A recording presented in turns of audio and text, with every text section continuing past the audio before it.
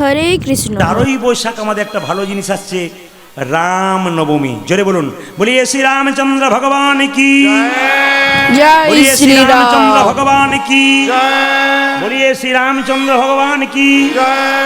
রামনবমীর দিনে একবার সম্পে রামের জন্ম মঙ্গলবার, সীতার জন্ম মঙ্গলবার, হনুমানের জন্ম তাও মঙ্গলবার, রাম সীতার বিয়ে তাও মঙ্গলবার। খুব আশ্চর্য। তো পড়াশুনো করতে হবে, পড়াশুনো করলে জানতে পারবেন।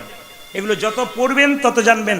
আমি একটা জায়গায় শুনেছিলাম, এপিজে আব্দুল কালাম বলেছেন, লাইফ টাইম লার্নার হতে হবে, সারা জীবন শিখতে হবে।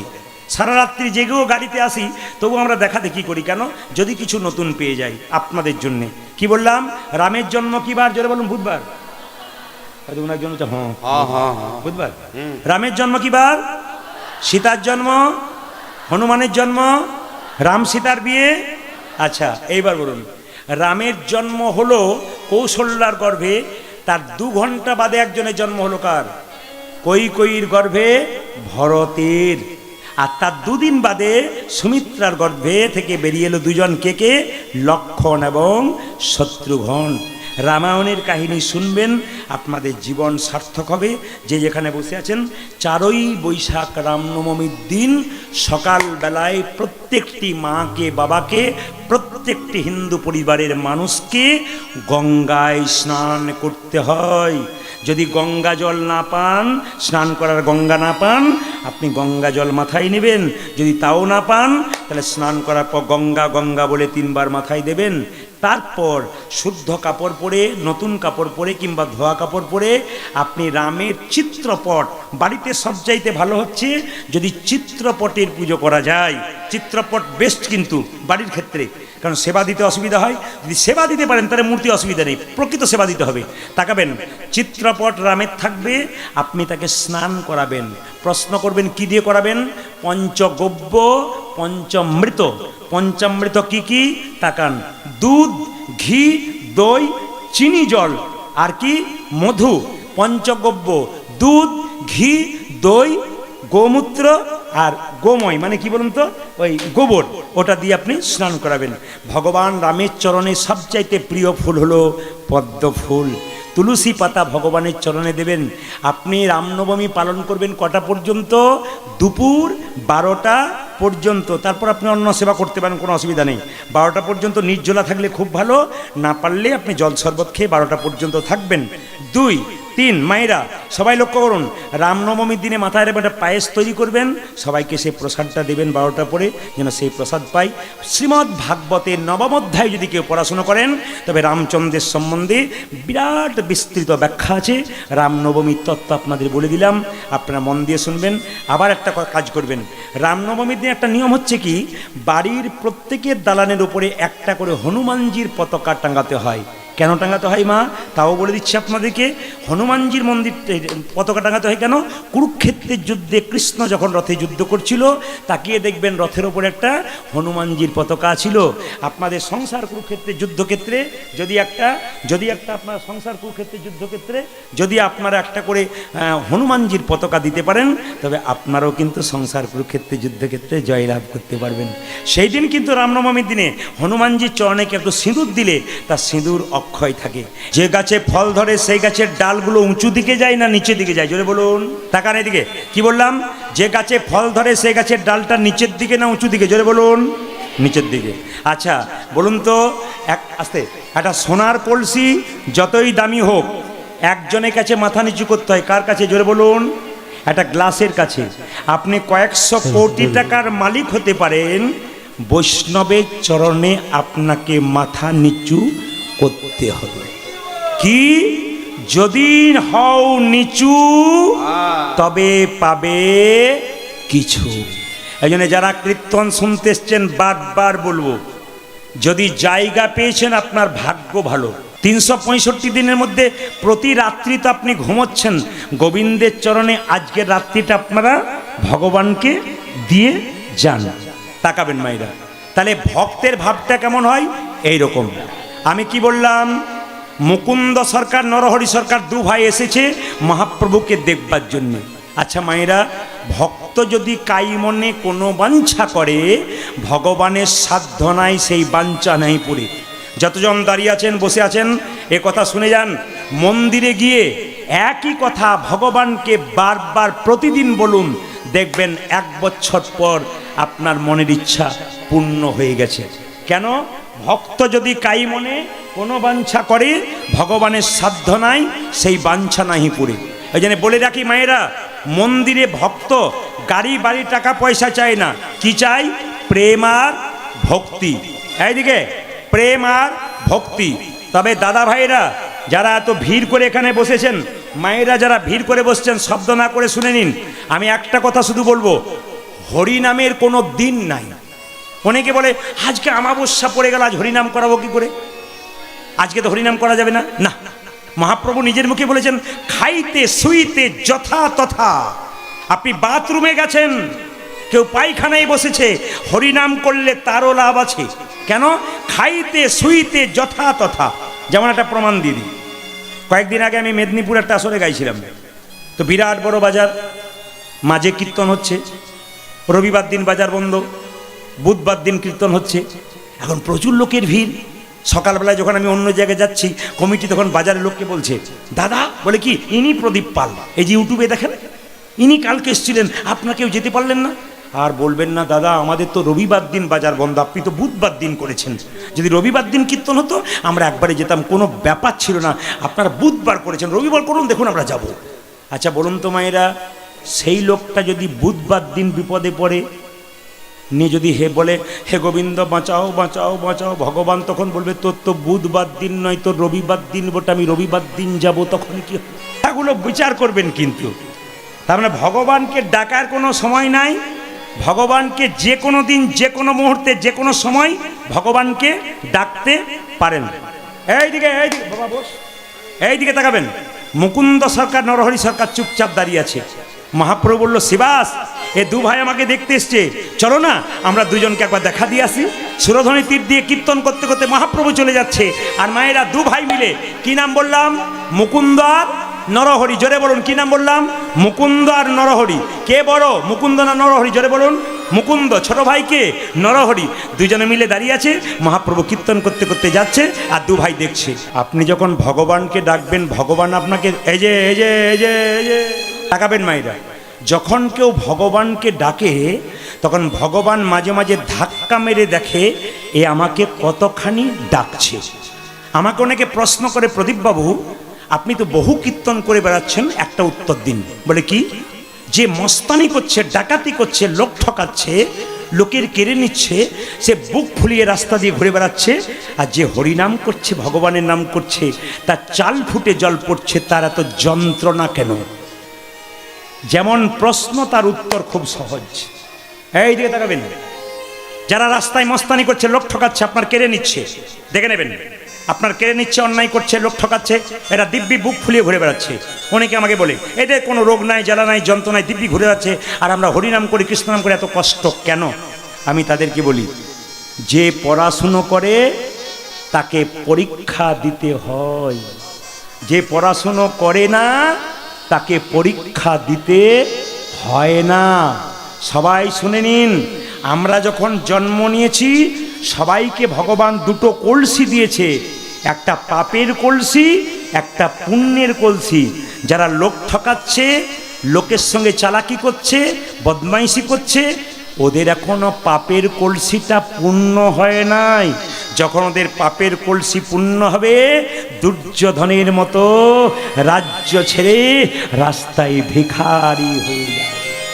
আর মায়েরা, আপনারা যারা কষ্ট পাচ্ছেন, গোবিন্দের নাম করছেন, ছেঁড়া কাপড় পরে আছেন, বারবার দুঃখ পাচ্ছেন, কিচ্ছু ভাববেন না, পরীক্ষা চলছে। কেন? তাকাবেন, আপনাদের পুণ্যের কলসিটা এখনো পূর্ণ হয় নাই। যেদিন পুণ্যের কলসিটা পূর্ণ হবে, সেদিন গোবিন্দ চরণে আপনাদের নিতাই গৌর হরি বল বলে যায়। কথাগুলো বলে যাব হীরার মতো কথা, কানে কানে ঘুরবে, পকেটে পকেটে ঘুরবে, শুধু নিতে পারলে কাজ। আপনাদের পশ্চিম বর্ধমানে এতজন কীর্তন শুনতে এসছেন, আমাকে একটু জোরে বলবেন, আপনারা তো বাড়ি করেছেন, কিন্তু মন্দিরে তো করেছেন অনেকে, না কি বলছেন? জোরে বলুন। হ্যাঁ না না, বাড়িতে মন্দির করেন নাই? আচ্ছা কোথায় করেছেন? সিঁড়ির নিচে যে ছোট জায়গা আছে ওইখানে নাকি? হ্যাঁ হ্যাঁ ওইখানেই করবেন, খুব ভালো হবে। না না, আপনাদের জন্য বলি নাই, প্রায় বাড়িতে আমাদের বাসা হয়, জিজ্ঞেস করি দাদা এত বড় বাড়ি ঠাকুর কোথায়? বলে সিঁড়ির নিচে ছোট জায়গা আছে, ওখানে ঠাকুর আছে। বললাম কেন এত বড় জায়গাতে ঠাকুরের জায়গা হয় না? ঠাকুর তো এইটুকু, ওই জন্য জায়গা হয় না, ওই সিঁড়ির নিচে রেখে দিয়েছে। না, আপনার সবাই আজকে শুনবেন, কীর্তন শোনাকালীন কেউ পয়সা দিতে আসবেন না, কীর্তনে ডিস্টার্ব হয়। এখন দান করে কোনো লাভ নেই, একবারে মন দিয়ে শুনবেন যে যেখানে আছেন।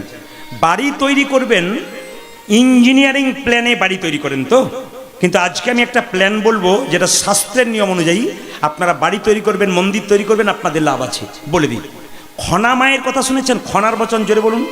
তিনি বলেছেন যে বাড়ি তৈরি করতে গেলে দক্ষিণ দুয়ারি ঘরের রাজা, পূব দুয়ারি তার প্রজা, উত্তর দুয়ারির খাজনা নাই, আর পশ্চিম দুয়ারির মুখে ছাই। ভালো করে শুনবেন, বাড়িতে বলতে পারবেন বাড়ি করতে গেলে। কে বলেছে? খনার বচনে মা খনা বলেছেন। বলছে দক্ষিণ দুয়ারি, যারা আগামীতে বাড়ি করবেন মায়েরা মাথায় যাবেন, রাখবেন যে দক্ষিণ দিকে দরজা যেন হয় বাইরের দরজা। কেন? সুসুর সুসুর করে সুন্দর হাওয়া বয়, ঝরঝঞ্ঝা নাই, ওটা রাজার ঘর। আর কি? পূব দুয়ারি ঘরের রাজা তার প্রজা, মানে যদি দক্ষিণ দিকে না থাকে পূব দিকে করবেন, যদি না পারেন উত্তর দিকে খাজনা নাই, মানে অভাব লেগে থাকে। খনামা বলছে কি, আমার কথা নাই। আর কি বলছে না, পশ্চিম দিকে খালি ঝঞ্ঝা, মুখে ছাই, পশ্চিম দিকে করতে নাই। বাড়ির মন্দিরটা কোথায় করবেন? সবসময় মাথায় রাখবেন ঈশান কোণ। ঈশান কোণ কাকে বলে? উত্তর এবং পূর্বের যে কোণটা সেটা হচ্ছে ঈশান কোণ। ওইটাই কিন্তু ঠাকুর মন্দির করার আসল জায়গা। আপনি রান্না করবেন অগ্নিকোণ যেটা, সেখানে এটা কার কথা? খনা মায়ের কথা। অগ্নিকোণ মানে পূর্ব দিকে মুখ করে রান্নাঘর করতে হয়, সূর্যের দিকে মুখ করে অগ্নিকোণ রান্না করাটা বেস্ট হয়, টাকা না। এইবার বলে রাখি মাথা, আচ্ছা বাড়ির নিয়মের জন্য তিনি একটা ভালো কথা বলেছেন, পীরে উঁচু আর মেঝে খাল, তার দুঃখ চিরকাল। যদি পীরে কারো উঁচু থাকে আর নিচু যদি থাকে খাল মানে মেঝেটা, তাহলে সাপ জন্ম নেয়, পোকা জন্ম নেয়, জল জন্ম নেয়। এগুলো কিন্তু খনামা খুব সুন্দর। না না, ভালো ভালো কথা আমরা শুনবো না, খারাপ কথা শুনবার জন্য দেখবেন লোকের ভিড় কথা। কি বলছেন? ড্যান্স হাঙ্গামা হলে দেখবেন মানুষের। না না, এখানেও আপনারা কিছু মনে করবেন না, যেভাবে এটে সেটে বসছেন তাতে আমি আজকে সিদ্ধান্ত নিয়েই ফেলেছি। কি? আজকে আমি 3টে পর্যন্ত কীর্তন করব। রাজি আছেন? জোরে বলুন, রাজি আছেন? নিবেদন রইল, যে যেখানে বসে আছেন মন দিয়ে শুনবেন। বাড়ি তৈরি করতে গেলে এই কথা, হ্যাঁ, ঈশান কোণে যদি কোনো বাথরুম পায়খানা হয়, ভালো করে শুনে নেবেন এ কথাগুলো শোনার। জ্যোতিষশাস্ত্র বলছে ঈশান কোণে যদি বাথরুম পায়খানা হয়, তার বাড়িতে 1 থেকে 2 বছরের মধ্যে একজন সুসাইডের দিকে হাঁটছে, পাক্কা। প্রশ্ন করবেন আমার বাড়িতে ঈশান কোণে বাথরুম আছে, আমি কি করব? জ্যোতিষশাস্ত্র বললো এক কাজ করো, একটুখানি লবণ একটা পাথরের বাটিতে এনে ওই ঈশান কোণে যেখানে বাথরুম সেখানে রেখে দাও, তোমার ঝঞ্ঝাট হবে না যদি হয়ে থাকে। তবে চেষ্টা করবেন ঈশান কোণে বাথরুম না করার। মাথা কোন দিকে করে শুবেন, এটা খনা মাও বলেছেন, জ্যোতিষশাস্ত্র বলছে, বৈদিক শাস্ত্র বলছে, বেদ বলছে। কি বলছে? উত্তর দিকে মাথা করে কেউ যদি প্রতিদিন শোয়, বছরের পর বছর শুতে শুতে তার শরীরে একটা রোগের সঞ্চার হবে। বেদ বলল, বৈদিক শাস্ত্র পরিষ্কার করে বলেছে, যদি কেউ উত্তর দিকে মাথা করে শুই তবে তার শরীরে 1000 রোগ বাসা বাঁধে। কেন?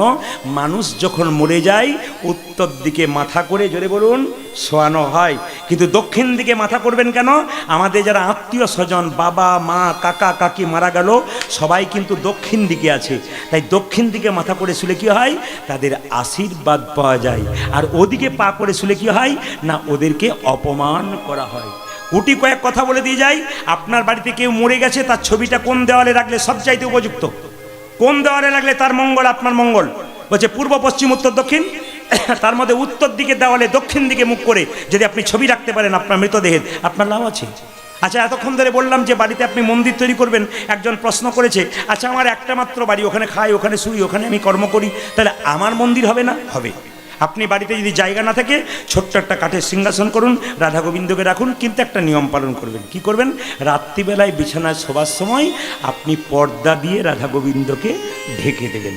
এই কথাগুলো আপনারা মনে রাখবেন, আপনাদের জীবন সুন্দর হবে। লেহেঙ্গা উঠেছে, বাবারে বিয়ে বাড়িতে আর মাথায় কাপড় দেখা যায় না। বলে কি? বলে লেহেঙ্গা। কি ডিজাইন, মানে যত দিন যাচ্ছে আবার দেখবেন আমাকে বায়না করতে এসেছিলো কয়েকদিন আগে কটা ছেলে, আমি বাড়ি ঢুকেছি তো বললাম তোমরা কীর্তন করাবে, বলে হ্যাঁ কেন কি মনে হয়, বললাম না একটু দেখে আমার চমকে যাচ্ছি, বলে কেন, তোমাদের জিন্সের প্যান্ট কিন্তু 25 জায়গা ফাটা। বাবারে এরা কীর্তন করাবে, তবে বাইরে ফাটা হতে পারে কিন্তু ভেতর ভালো আছে আর কি, কীর্তন করাবে। আবার দেখলাম চুল কেটেছে, সে আবার বললাম এ চুল কেমন, বলে কেন, এখানটা চাঁচা এখানে ঝুঁটির মতো, বলছে জানেন না এটা তেরে নাম কাঠ, হানি সিং। ও হানি সিং কাঠ। আমি বললাম ভাই হানি সিংকে দেখতে পেলে বলতাম দাদা, বলে কি তুমি একটু ঝুঁটি কেনে রাখলে গোটাটাই চেঁচে দাও, হিন্দু ছেলেগুলো সব মহাপ্রভুর দলে নাম লিখিয়ে দেবে। মানে ওরা যা করে আমরা তাই করবো আর কি, ওরা কোটি কোটি টাকা রোজগার করছে চুল রেখে, আর আমি ভিখারি, আমিও করবো আর কি। না আমরা কত বোকা দেখুন, আপনাকে তিলক করে দিয়েছে, কপালটার দিকে তাকাবেন, বাড়িতে গিয়ে আয়না নিয়ে দেখবেন আজকের কপাল কত সুন্দর লাগছে। যে কপালে তিলক থাকে না ওই কপালটাকে শ্মশান বলা হয়। এই দিকে যে কপালে তিলক থাকে না ওই কপালটাকে কি বলা হয়, শ্মশান। শ্মশান তাকাবেন। আপনার তিলক কেন নেবেন, আমি একটা কথা বলি, আমার পাশের বাড়িতে একটা মেয়ে 25 বছর বয়স, ওর বাবার কাছ থেকে শিখেছে, তিলক নেয়, মালা নেয়, নিরামিষ খায়। পাশের বাড়ি মেয়েগুলো বলাবলি করে, বাবারে দিদি হারাধনের বইয়ে কি ঢং দিদি, বাবারে তিলক মালা ভগবান বোধহয় ওর কাছে আগেই চলে আসবে। আপনাদের এদিকে নাই, আমাদের ওদিকে খুব আছে না, সব জায়গাতেই রোগটা আছে না, কি বলছেন? তবে একটা কথা বলে রাখি আস্তে, তিলক আপনার নেবেন কি না নেবেন শুধু জেনে নিন। এই যে আমি তিলক করেছি, দুটো দাগ আছে, তাকাবেন সবাই, তত্ত্বগুলো শুনবেন, আমি বলবো আপনারা নেবেন কি না নেবেন পরে বিচার করবেন, আগে শুনে নেবেন। আস্তে কি শুনে নেবেন, তিলকের দুটো দাগ, ডান দিক বাঁ দিক, ডান দিকটাকে ব্রহ্মা, বাঁ দিকের দাগটাকে মহেশ্বর, মাঝখানে ফাঁকা জায়গাটাকে বিষ্ণু। আচ্ছা এইখান থেকে এই জায়গার তিলকটা তাকান তাকান, এইখান থেকে কপালে এই জায়গার তিলকটা ভগবানের চরণ বলা হয়। আচ্ছা মায়েরা, যার কপালে ভগবানের চরণ থাকে তার আবার কোনো ভয় থাকে? জোরে বলুন হ্যাঁ না না। এরপর নেবেন কি না নেবেন আপনার ব্যাপার, কিন্তু যার কপালে ভগবানের চরণ থাকে তার আবার ভয় থাকে। ভগবানের চরণের নাম অভয় চরণ। তাকাবেন, শাস্ত্রে লেখা আছে যদি কেউ তিলক করতে পারে অকাল মৃত্যু হারানো, অকালে যে অ্যাক্সিডেন্টে দুর্ঘটনায় মারা যায়, যদি কেউ তিলক করতে পারে অকালে মৃত্যু হবে না। কিন্তু ওই যে হারাধনের বইয়ের কত ঢং, ওই ভয়ে আপনারা নেন না, আমি বুঝতে পারছি। আচ্ছা বলুন তো মায়েরা, তিলকের নিচে যে পাতার মতো রয়েছে ওটা কি? তাকাবেন তাকাবেন, জেনে নিন জেনে নিন, আপনারা করবেন না করবেন আপনাদের ব্যাপার, আগে জেনে নিন। এই যে পাতার মতো এটা কি? তুলসী পাতা। ভগবানের যদি এটা চরণ হয় তবে এই জায়গাটা তুলসী পাতা। এটা কতখানি নেবেন? শাস্ত্র বলছে আপনার নাকটাকে 4 ভাগ করলে 3 ভাগ অংশ পর্যন্ত নিতে হয়। পুলিশ চাকরি করে তার একটা ইউনিফর্ম আছে, আমরা কীর্তন করি তার একটা পোশাক আছে, ছেলেরা স্কুলে যায় তার একটা পোশাক আছে। আপনার তিলক হচ্ছে একটা পোশাক। সদামামের যেমন সিঁদুর, শাখা, নোয়া বৈশিষ্ট্য, একজন ভক্তের বৈশিষ্ট্য তিলক আর মালা। এটা হিন্দুত্বের ইউনিফর্ম। যিনি প্রধানমন্ত্রী মনমোহন সিং, তিনি এখনো বোধহয় বেঁচে আছেন নাকি না মরে গেছেন জানি না, মারা গেছেন কিনা। মনমোহন সিং এর নাম শুনেছেন? তিনি এই যে তাকাবেন, যিনি মনমোহন সিং তিনি এত বড় প্রধানমন্ত্রী কিন্তু মাথার পাগড়িটা জোরে বলুন ছাড়ে নাই। ও দেখাতে চাইছে এটা আমার সংস্কার, এটা আমার মা বাবা শিখিয়ে দিয়েছে, এটা আমার ধর্ম, আমি বিখ্যাত মানুষ হতে পারি কিন্তু আমার পাগড়ি আমি ছাড়ি নাই। আর আমাদের যদি একজন কেউ বিখ্যাত হয় তবে দেখবেন সে পাশ্চাত্য শিক্ষা গ্রহণ করার জন্যে তার চলন দেখলেই মাথা খারাপ আর কি, এরকম করে চলন, আপনার অহংকারে জায়গা থাকবে না। এইখানে ওদের সঙ্গে আমাদের তফাৎ, যে আমরা একটু কিছু হয়ে গেলেই হনু হয়ে যাই কেন, আর আমরা কাউকে কেয়ার করি না, ডোন্ট কেয়ার। আর দেখবেন বড় বড় মানুষ নিজের ধর্মটাকে ঠিক রেখেছে। এই দিকে তাকাবেন মায়েরা, তিলক নেবেন কেন একটা কথা বলি। এই যে তিলক দিচ্ছিল আপনাদের, এই যে 4টা 5টা আঙ্গুল দেখতে পাচ্ছেন, তাকাবেন, এই একটা আঙ্গুল, এই একটা আঙ্গুল, এই একটা আঙ্গুল শিখে যান, এই একটা আঙ্গুল, এই আঙ্গুলটা কোনো কাজে লাগবে না। আপনি যখন কাউকে তিলক দেবেন, সবাই তাকান এইদিকে এইদিকে, তিলক দেবেন কাউকে তিলক দেবেন কোন আঙ্গুলে, তাকাবেন, এগুলো শিখে নিয়ে যেতে হয়। কোন আঙ্গুলে দেবেন? এই আঙ্গুলে। যখন বাড়ির পাশে কেউ মরে যায় বা বাড়িতে কেউ মরে তার কপালে তিলক দেওয়া হয় না, তখন কোন আঙ্গুলে দেবেন? এই আঙ্গুলে। যখন নিজে নেবেন খুদ নিজে, এই আঙ্গুলে। যখন ভগবানকে তিলক দেবেন, এই আঙ্গুলে। যখন গুরুকে তিলক দেবেন, এই আঙ্গুলে। আবার বলে দিই, এই আঙ্গুলটা ভক্তকে দেবেন, এই আঙ্গুলটা মরা মানুষ মরে গেলে বা কোনো মানুষ মরে গেলে তার কপালে দেবেন, আর এই আঙ্গুলটা নিজে নেবেন। আর যদি ভগবানকে দেন বা গুরুদেবের চরণে দেন, সবসময় এই আঙ্গুলে দেবেন। এই আঙ্গুলটার নাম কি? ভগবান বিষ্ণুর আঙ্গুল। এর নাম অনামিকা। যারা গুরু মন্ত্র নিয়েছেন, কোন আঙ্গুল থেকে মন্ত্র ভজন শুরু হয় দেখান? কোন আঙ্গুল থেকে শুরু হয়? এই আঙ্গুল থেকে। বাচ্চা মেয়েরাও দেখিয়ে দিয়েছে যারা নিয়েছে আর কি। এই আঙ্গুল থেকে মন্ত্র ভজন শুরু হয়ে যায়। তাই তিলক আপনারা সবাই নেবেন, আপনাদের সামনে নিবেদন রইল। আপনারা কৃষ্ণ ভক্ত হন, দেখবেন ভক্ত হয়ে কি লাভ। আপনি ভক্ত হতে পারেন নাই, আর যখন ভক্ত হবেন 1 মাস জীবনযাপন করুন, কোন জীবনটা ভালো লাগে আপনি একবার দেখবেন। যারা হরিনাম করে, কৃষ্ণ নাম করে, তুলসীর মালা নেয়, তাদের দিকে তাকান, কোনো দুঃখ নাই। যেমন দেখবেন কয়েক কোটি টাকার মালিক রাস্তা দিয়ে পেরিয়ে যাচ্ছে, দাদা কেমন আছেন, আর বলবেন না টেনশন, খালি টেনশন। ছপ্পর খাটটা সেগুন কাঠের, 1 টাকার ঘুমের ট্যাবলেট না খেলে ঘুম হয় না। আর কৃষ্ণ ভক্তকে জিজ্ঞেস করুন কেমন আছেন, হরির কৃপায় ভালোই আছে, খাচ্ছি দাচ্ছি, দিব্যি আছে, ওর কোনো রোগও নাই, জ্বালাও নাই, দিব্যি শুয়ে দিচ্ছে আর ঘুমাচ্ছে। আর যার প্রচুর টাকা, খালি চিন্তা কালকে কি করে বাড়ানো যায়, ওর আর ঘুম নাই। এমন ঘুমের কি দরকার? 1 কাপ ভাত আর রুটি 4খানা ডাক্তার সব বার করে বাদ দিয়ে দিয়েছে, বলে কি যাও খুব তোমার খাবার ইচ্ছা, তোমার সব খাবার বন্ধ করে দিলাম। নিবেদন আপনাদের সামনে, বাবা ভক্ত হয়ে যান, দেখবেন জীবনে অনাবিল আনন্দ আছেন।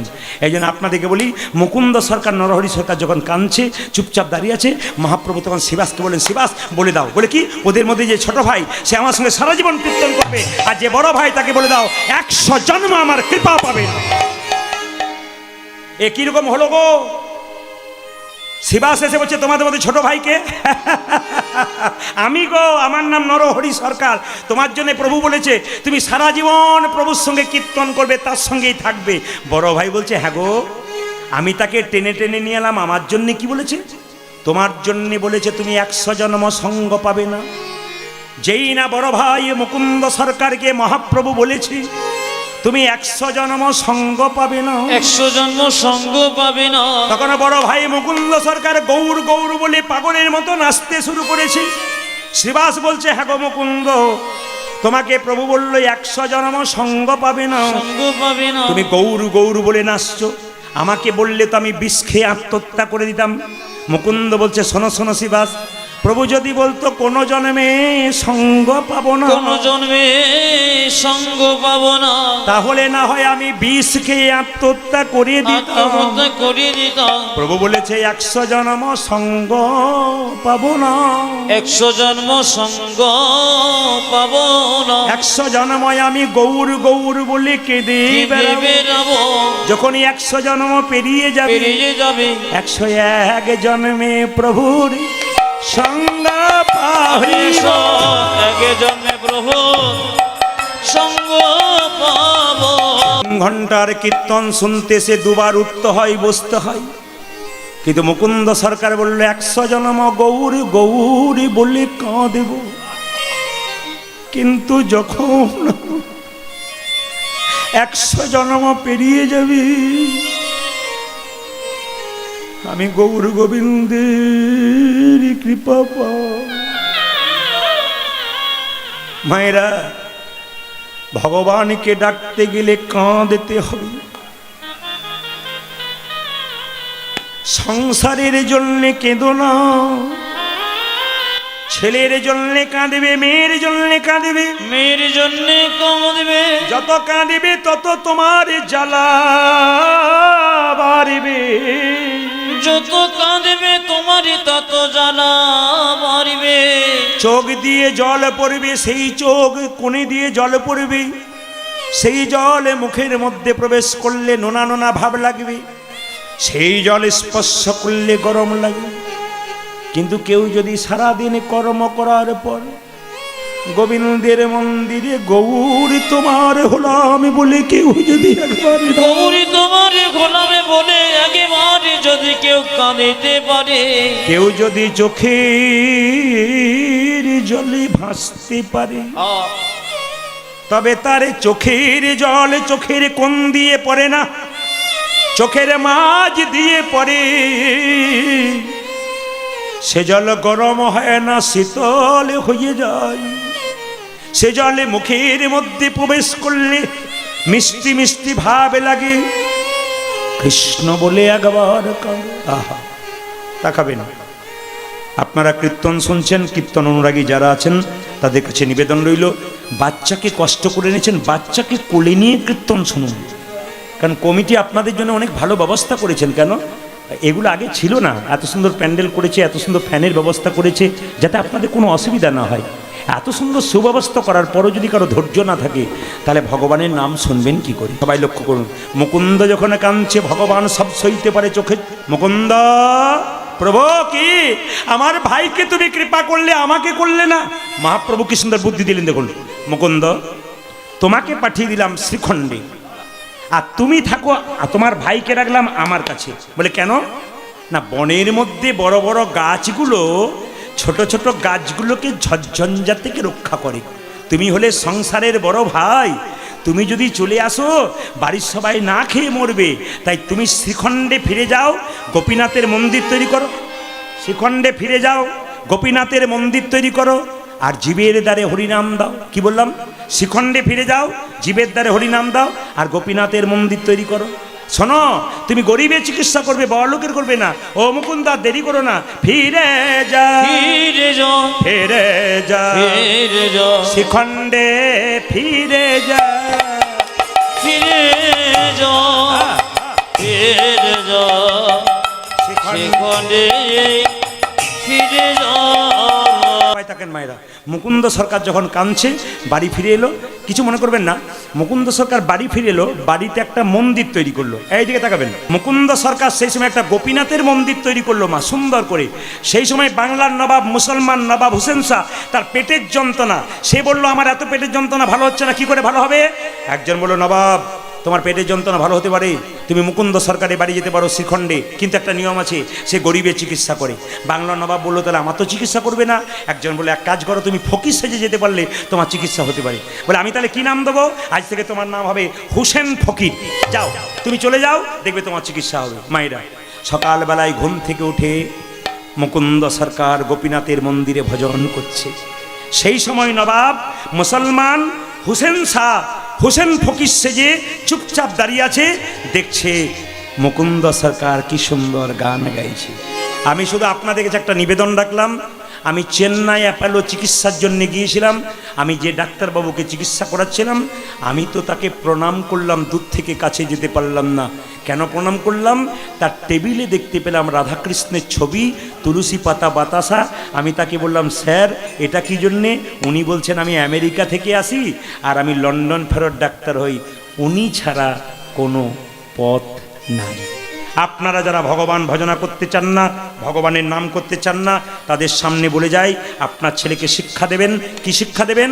বড় বড় মহাপুরুষ যারা পৃথিবীতে জন্ম নিয়েছে, সবাই ভগবানকে বিশ্বাস করে বড় হয়েছে। আপনার ছেলেকে ভগবান বিশ্বাস করাতে শেখান, ভবিষ্যতে আপনি খুশি হবেন। আপনার ছেলে একজন বিখ্যাত মানুষ হবে। কেন?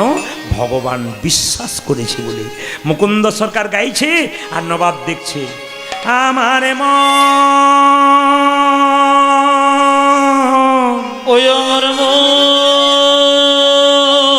প্রচুর লোক লাইন দিয়ে দাঁড়িয়ে আছে, নবাব পেছনে ফকির সেজে দাঁড়িয়ে আছে। আর মুকুন্দ সরকার বলছে, প্রভু আমার তো টাকা পয়সা নাই, তোমাকে মন্দির তৈরি করব।